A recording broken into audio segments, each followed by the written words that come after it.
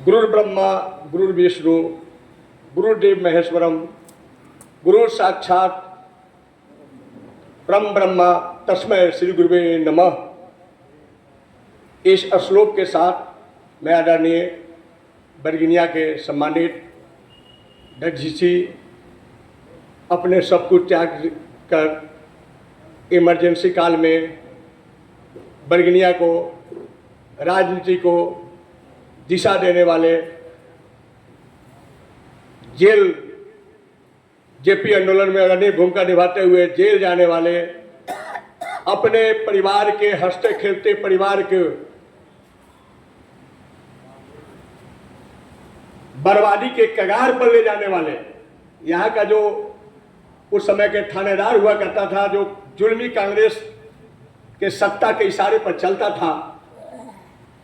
हम लोग ने जब इनकी कार्यशैली के बारे में अपने अभिभावक लोग से, अपने सीनियर लोगों से सुनते हैं।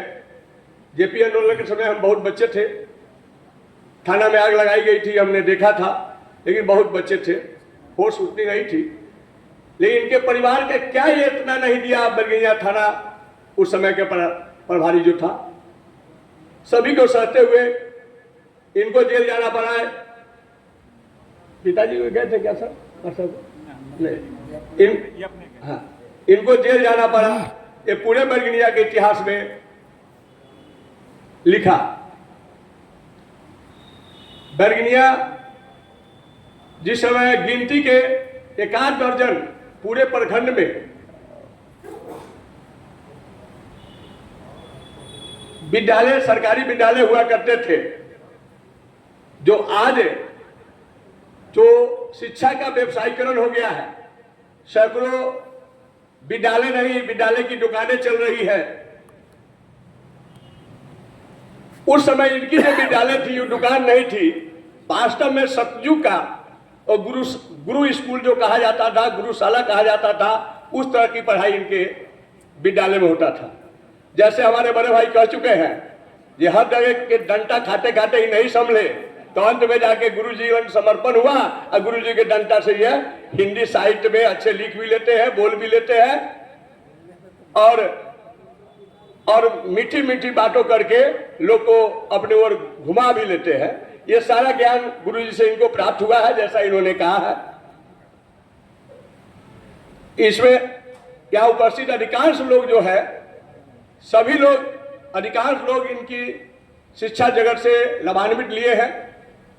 जैसे कि हम लोग सुनते हैं, ये खेतान परिवार के कुछ ऐसे लोग हैं, ये डॉक्टर भी है, आईएएस नहीं, छत्तीसगढ़ के, मध्य प्रदेश के मुख्य सचिव भी रह चुके लोग हैं। बहुत अभी सुनने में आया है जर्मनी में भी इनका शिष्य है। न जाने देश के कौन कौन कोने में इनके पढ़ाए हुए लोग योग्य बने गए। मुझे याद आता है, मुझे हम पूछना चाहेंगे दोनों गुरुजी से, सुदामा जी के पिता के नाम क्या था? आप लोगों को पता है? अगर पता है तो हम बताएंगे। मुझे लगता है ये सुदामा जी जो के पिता थे, उन्हीं के स्वरूप में ये हैं। ये अपने शिष्यों को तो संभाल कर बहुत आगे बढ़ा दिए। कोई डॉक्टर बना, कोई जज बना, कोई कमिश्नर बना, लेकिन अपने बच्चों को सिर्फ सुदामा की तरह ही बरगिनिया में रख दिए। ऐसे त्याग वाले जो कोई व्यक्ति है बरगिनिया में, जिसका नाम सोनेलाल शिक्षक गुरुजी, ये सुदामा के पिता के रूप में इनके पुत्र आज भी सुदामा की तरह बरगिनिया में कार्य करते हैं। लेकिन इनके पढ़ाए हुए लोग आज हमारे विराजमान माननीय मोतीलाल प्रसाद जी मंत्री जी भी है, बहुत सारे लोग हैं। लेकिन मैं गुरु जी को इस रूप में भी देख रहा हूं। अब वक्ता तो हमारे बीच में बहुत है, बोलने की कड़ी तो लंबा होती जा रही है, लेकिन पुनः मैं कहूंगा कि आज का जो व्यवसायीकरण विद्यालय है, वो सिर्फ व्यवसाय के लिए कोई भी स्कूल चल रहा है, अगर विद्यालय वाला अगर मेरा विरोध भी करेगा तो कोई दिक्कत नहीं है। अगर बरगिनिया में दिल से, हृदय से किसी बच्चे को अगर शिक्षा देने के काम किया है तो उसको प्रथम नाम अभी आएगा तो हमारे गुरुजी सोनेलाल गुरुजी का नाम है, गुरुजी का नाम है। राजनीति के क्षेत्रों में जब हम भारतीय जनता पार्टी आरएसएस के लोग थे तो पार्टी का दिशा राजनीति में उथल पुथल हो रही थी। तो एक दिन हमारा इच्छा हुआ, जो सोनेलाल मास्टर साहब बहुत बच्चे को पढ़ाने में अच्छे प्रशासक रहे हैं, तो पार्टी में इनको लाया जाएगा तो भारतीय जनता पार्टी को दिशा दशा सुधारने में कम से कम प्रखंड स्तर पर, जिला स्तर पर इनकी भूमिका बहुत अच्छी होगी। गुरुजी को याद होगा जो हमने इनके पास गए थे, कहे थे गुरुजी आप बीजेपी के प्रखंड अध्यक्ष संभालिए और आपके नेतृत्व में हम लोग को भी मजबूती से काम करेंगे और मुझे विश्वास है जो भारतीय जनता पार्टी मजबूत होगी।